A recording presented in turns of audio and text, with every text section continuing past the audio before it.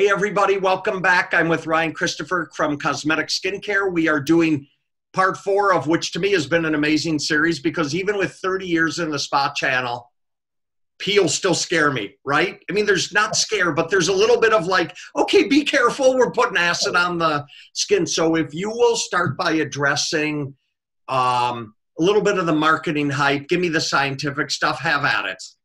Oh, for sure. Well, when it comes to spas looking to select chemical peels, there is, first of all, just an overabundance of options out there in the market. You go to a trade show, and I remember on our last call, you had a picture of the trade show floor in the background behind you. I was twitching a little bit, but I've worked too many of those shows.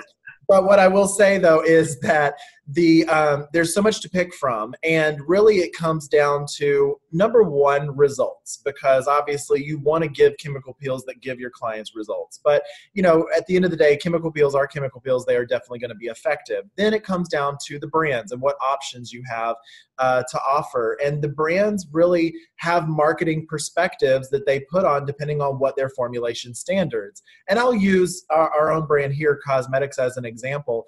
Cosmedix offers lactic acid-based peels. So if you look at all of our peels in our assortment, they're all based in lactic acid. That's our primary component. And we don't use glycolic acid at all. Not to say that there's anything wrong with glycolic acid. It's a great alpha hydroxy acid, but we as a brand have found in the 20 years of our own testing that lactic acid performs great exfoliation without forcing turnover. So you get a reduction in the amount of inflammation that you would see, and it helps to raise the natural moisturizing factor. So that being said, we have spa partners that utilize our peels, our lactic acid and our lactic acid vitamin A peels, but then we sit on the same shelf with other brands that offer other peels that have glycolic acid, because that spa partner might have said, hey, you know what, I want to make sure I have these Cosmedix lactic acid peels, and I want to make sure I have this brand's glycolic peels. That way I can catch all of my skin types and skin conditions. Okay, Ryan, what is it? Because for even a seasoned esthetician, this is a complicated selection of is one brand truly better than the other? I mean, how is that decision made for an esthetician? Right. Well, you know what? When it comes down to chemical peels specifically, it's all about the formula. Okay. And, we all got a little bit of education in our undergrad training. And if you went into postgrad training for chemical peels, especially in formulas, you learn a little bit about the pK and the pH value of a formula. So, for example, I've worked with a few different brands over the years of different brands that offer chemical peels. And there you can purchase a chemical peel that is a 20% glycolic acid peel, but has a pH of, let's say, 4. And then you could purchase a 20% glycolic acid peel that has a pH of 2. And both are same percentage of glycolic acid, but that pH range makes all the difference, because the pH of 4 is above the pK value of glycolic acid, meaning that it's an actual buffered peel, which means that the pH value is actually going to keep or prevent the glycolic acid from penetrating as deeply as it could, because the pH value is a lot higher. Whereas the pH value of the 2 is well below the pK value of glycolic acid. So that means that it's not buffered and the glycolic acid can work in its full strength. So I know automatically that the 20% glycolic acid with a pH of 2 is going to be much more deeply penetrating than the glycolic acid with a pH of 40. So regardless of brand and brand positioning, if you're a spa or an esthetician evaluating chemical peels, I would focus on the science first. Look at the ingredient deck, understand the percentage of the active alpha hydroxy acid or beta hydroxy acid that's being used, and then look at the pH value to understand whether it's buffered or not. So Ryan, you've brought two things up too that I made small notes here that I want to remember as we summarize everything about peels here. One is results, right? Results. And number two, it's not only incumbent upon a brand like a Cosmedix to educate the aesthetic person who wants to do peels. It's incumbent upon the esthetician to make themselves smart and understand all the little nuances that go along with chemical peels, correct? Do I have that right so far? That is so right. And I will tell you, there's a lot of business meetings that I've sat in on along with our account executives where I've just listened. I've sat back and I've listened to the questions that the spa or the esthetician or the owner was asking.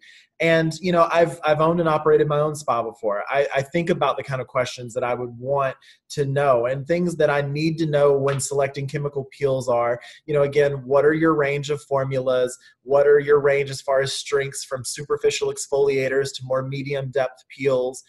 Which of your peels fit within the legal scope of the state that I'm providing services? Because there are certain peels of certain pH and percentages that in certain states don't legally allow that spa or an esthetician to apply it. So there are lots of different factors. Cost is a big factor as well. How many uses will I get out of that jar or that bottle, so that I can determine what my cost per treatment and what my profit will be based on the service charge. And then competitive comparison, looking around at spas near you to see what they're offering for similar chemical peels, so that you don't price yourself over or under the market that you're in, and that you stay competitive. All right, I have a couple of things I want to finish with you on this series. One is, don't be afraid, right? Just get smart, get educated, but this isn't anything to be afraid of. And this falls directly into what I think is one of those most absolutely critical items is you need to know your scope of practice in your state, right? You've got to stay contained within it, because the last question we wrote down we were going to talk about were the legal loopholes as they relate to estheticians. So go ahead and finish up and address any way you want here. Perfect. So, you know, a lot of states, it's a little crazy here in the US because there are different regulations for estheticians depending on the state. Certain states I'll use, just right off the top of my head, I'll use the state of Illinois as an example because I find it quite interesting. If you go and look at their State Board of Cosmetology and Aesthetics, you'll find certain designations that they make. Like, for example, they define, they're one of the few states that specifically define what a medical esthetician is. And according to the state of Illinois, if you don't have any prior medical training, meaning that you've actually gone through like a nursing program, then you can't call yourself a medical esthetician. Only somebody who has gone through aesthetics training and also formal medical training could call themselves a medical esthetician. So it's a little interesting. But another thing is that estheticians in the state of Illinois are not allowed to apply chemical peel with a pH below 3. And that's actually significant because below 3 or above 3, chemical peels are very superficial. So, you know, the natural pH of our skin is between 4.5, 5.5. A 3 and higher is always going to be just a superficial epidermal exfoliation. It's not going to be any type of deeper penetrating peel, right? So unless you're in a medical facility where you have a doctor in your medical board, you won't be able to purchase and access those types of peels. That being said, though, I will say, including our brand especially, there are multiple skincare brands that offer chemical peels that might not be legal in your state, but we're legally allowed to distribute them across the entire U.S. And so it's up to the individual spa partner to determine, oh, well, in my state, I'm not going to be able to carry that peel you offer. I might be able to carry this peel. That's a great summation. And by the way, you bring up, yes, Illinois has quirky rules. Well, and I'm in California right now, and you want to talk about quirky rules, come to the golden state of California. Yeah, one of many examples. Say it again?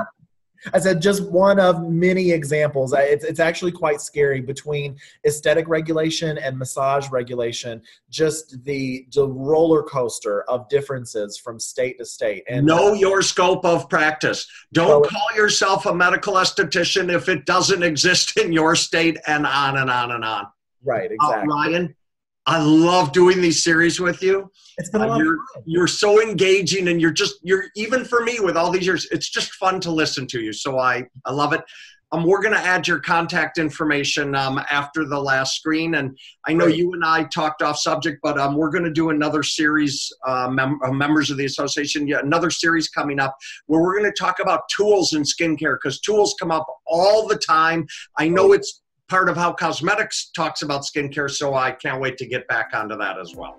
Looking forward to another series. This has been great. I've really enjoyed it. Bye, Ryan. Thank you for everything. All right. See you later, Allan. Bye.